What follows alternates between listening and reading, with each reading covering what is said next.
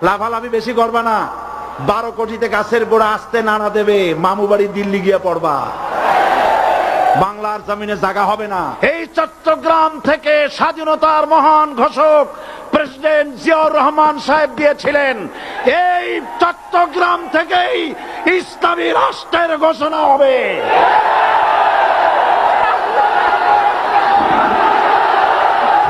আমাকে যারা রাজাকার বলবে তারা পিতৃ পরিচয়হীন অবৈধ সন্তান। 1971 সনের শোনো মুসলমানেরা, বিড়ালের মতো 500 বছর বেঁচে থাকার কোনো লাভ নাই, সিংহের মতো 1 ঘন্টা বাঁচতে চাই। প্রধানমন্ত্রী সুদ্ধা অন্তত 3 শতাধিক পার্লামেন্টের সম্মানিত সদস্যরা সেদিন বসা। 1997 সনের বাজেট বক্তৃতা যখন আমি করতেছিলাম, ডক্টর কুদরতে খোদা, নাম রাখছে কুদরতে খোদা, আসলে গজবে খোদা। এ লোকটি নাস্তিক, ইসলামের চূড়ান্ত দুশমন। তার প্রণীত শিক্ষা ব্যবস্থার যখন সমালোচনা করছিলাম, ট্রেজারি বেঞ্চ থেকে আমাকে বলা হলো রাজাকার। আমি আমার সমস্ত শক্তি একত্রিত করে বলেছিলাম, শুধুমাত্র হিন্দুস্তানের রাজাকারেরাই আমাকে রাজাকার বলতে পারে। আমি বলেছিলাম 1973 সন পর্যন্ত আমি বাংলাদেশের কোন রাজনৈতিক দলের নেতা এবং কর্মী ছিলাম না। আমি রাজাকার নই। আমাকে রাজাকার বলে যদি তাকেও প্রমাণ করতে না পারে, 10 কোটি টাকার মানহানি মামলা দায়ের করব। আমার এই বক্তব্য সারা দুনিয়া শুনেছে, পার্লামেন্টে আমার এই বক্তব্য রেকর্ড হয়ে আছে। সেদিন 3 শতাধিক পার্লামেন্ট মেম্বারের কেউ আমার চ্যালেঞ্জ গ্রহণ করেন নাই। যে কোনো ব্যক্তি পার্লামেন্টে গিয়ে আমার বক্তৃতা দেখে আসতে পারেন। এরপরে 1997 সনের 7 অক্টোবর দৈনিক জনকণ্ঠ পত্রিকা যখন আমার বিরুদ্ধে লিখলো, সেই পত্রিকায় সাইদির ওপেন চ্যালেঞ্জ 8ম পাতা, 1997 7 অক্টোবর, এত বড় 2 কলমে হেডিং। সেখানে আমি বলেছি, বাংলাদেশের সকল সাংবাদিক, গোয়েন্দা বিভাগ, বাংলাদেশের সকল বুদ্ধিজীবীকে আমি আমার পিরোজপুরে আমন্ত্রণ করছি। আমার উপস্থিতিতে যদি কেউ প্রমাণ করতে পারে বাংলাদেশের স্বাধীনতা যুদ্ধের বিরুদ্ধে আমার কোন ভূমিকা ছিল, সজ্ঞানে স্বেচ্ছায় জাতীয় সংসদের সদস্য পদ থেকে পদত্যাগ করব। 3 বছর পার হয়ে গেছে, আজ পর্যন্ত কেউ এই চ্যালেঞ্জের মোকাবেলা করে নাই। সুতরাং আমাকে যারা রাজাকার বলবে তারা পিতৃ পরিচয়হীন অবৈধ সন্তান।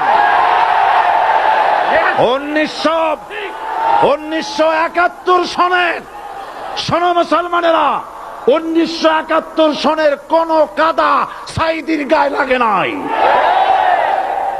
আমাকে রাজাকার বলে জনগণ থেকে বিচ্ছিন্ন করবা, জনগণ থেকে আমারে বিচ্ছিন্ন করা যাবে না। কারণ এই জনগণ আমার জন্য আসে না, এই জনগণ আসে আল্লাহ কোরআনের জন্য।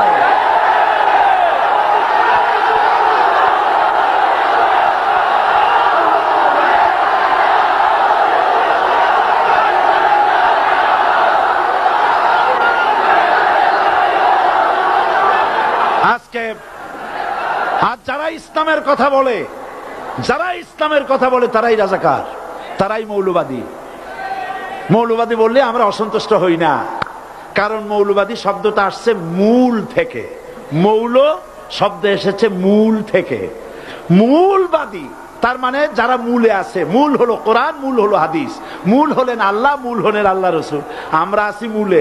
এখন বলেন তো, মূলের শক্তি বেশি না আগার শক্তি বেশি? আমাদের যারা মৌলবাদী বলে ওরা হলো আগাবাদী। মূলে আছে কত কোটি? 12 কোটি। মূলে আছে কত কোটি? আর আমাদের যারা মৌলবাদী বলে ওই থাকো গাছের আগায়, আমরা মূলে। লাফালাফি বেশি করবা না, 12 কোটিতে গাছের গোড়া আসতে নাড়া দেবে, মামু বাড়ি দিল্লি গিয়ে পড়বা, বাংলার জমিনে জায়গা হবে না। এ কথা বিশ্বাস করো। বাংলাদেশের মুসলমানদের শরীরে এক বিন্দু রক্ত থাকতে শয়তানের তৈরি করা ধর্ম নিরপেক্ষ মতবাদ বাংলার জমিনে কায়েম হতে দেওয়া হবে না, হবে না।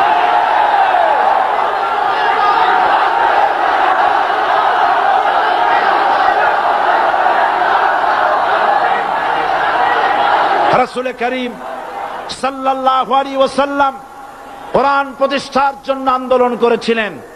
আয়াতুল কুরসি আমাদের সে কথাই শিখেছে। আল্লাহ রাব্বুল আলামিন বলেন, আল্লাহু লা ইলাহা ইল্লা হুয়াল হাইয়ুল কাইয়্যুম। প্রাণ খুলে পড়েন, আল্লাহু লা ইলাহা ইল্লা হুয়াল হাইয়ুল কাইয়্যুম। আল্লাহ হচ্ছেন তিনি যিনি ছাড়া কোনো ইলাহ নাই, আইনদাতা নাই, বিধানদাতা নাই। আমরা মানুষের তৈরি করা আইন মানি না। 12 কোটি মুসলমানের দেশে আইন তৈরি করবে মানুষ, আমরা মানব না। নির্বাচন ঐক্যবদ্ধভাবে হবে এবং কোরআন হবে, আল কোরআনের পার্লামেন্ট হবে বাংলাদেশে।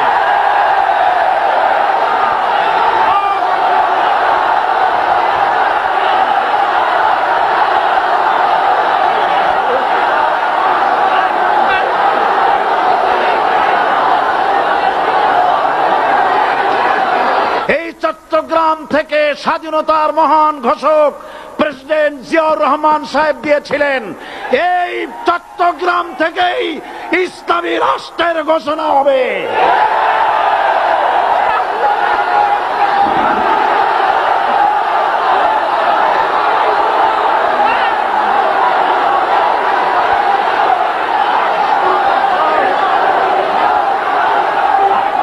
আমি আশাবাদী আপনারা অবশ্যই তা পারবেন। আমি 100% বিশ্বাস করি ইনশাআল্লাহ। কারণ যে ষড়যন্ত্রের মোকাবেলা করে স্থানীয় রাজনৈতিক দলের নেতৃবৃন্দ কোরআনের মাহফিল সিনায় এনেছেন, আমি প্রথম দিনই বলেছি চট্টগ্রাম তাফসিরুল কোরআন মাহফিল কোন রাজনৈতিক দলের প্রতিনিধিত্ব করে না। এটা কোন জামাত শিবিরের একক সম্পদ নয়। এটা চট্টগ্রামের মুসলমানদের কলিজার টুকরা তাফসীরের মাহফিল। সুতরাং 144 ধারা 288 হয়ে গেছে। ষড়যন্ত্র পায় পায় চলে গেছে। আমি ওই সব ছেলেদের বলি, সরকারি দলের ছাত্র হইয়া মুসলমানদের বিপক্ষে যাইও না। এদেশের ভাট আমাকে কথা বলতেই হবে ইনশাআল্লাহ।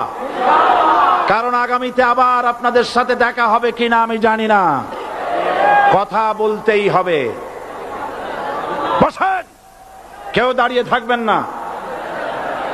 আমি দেখতে পাচ্ছি বাংলাদেশের ভাগ্য আকাশে উত্তর গগনে কালো মেঘ জমা হয়েছে। ঝড়ের পূর্বাভাস লক্ষ্য করছি। যদি মোকাবেলা করতে না পারেন সক্ষম ভাবে, এমন অন্ধকার গাঢ় কালো অমাবস্যার রাত আসতে পারে যার সুবে সাদেক হওয়া অসম্ভব। সুতরাং আপনারা কি কাপুরুষের মতো কাফের মুশরিকদের গোলামি করে মরতে চান? বিড়ালের মতো 500 বছর বেঁচে থাকার কোনো লাভ নাই। সিংহের মতো 1 ঘন্টা বাঁচতে চাই। আমাদেরকে বলা হয় সাম্প্রদায়িক উস্কানিমূলক কথা নাকি আমি বলি। পত্রপত্রিকা দিছে না তারা? সাম্প্রদায়িক উস্কানি কথা, সাম্প্রদায়িক উস্কানিমূলক কথা বলি। সেই জন্যই বোধহয় শত শত মুসলিম আমাদের কাছে এসে মুসলমান হয়। মানুষে আর বোকা বানানো যাবে না। যাবে কি? আর বোকা বানানো যাবে? তারপর বলছে কি, এরপরে বলছে আমাকে বলছে রাজাকার। শুনে রাখো চট্টগ্রামের লক্ষ লক্ষ জনতা, পার্লামেন্টে যখন আমাকে এই কথা বলা হয়েছিল, আমার পার্লামেন্টের কলিগ জাফরুল্লাহ চৌধুরী সাহেব বসে আছেন এখানে। হ্যাঁ, জাফরুল ইসলাম চৌধুরী বসে আছেন পাশে।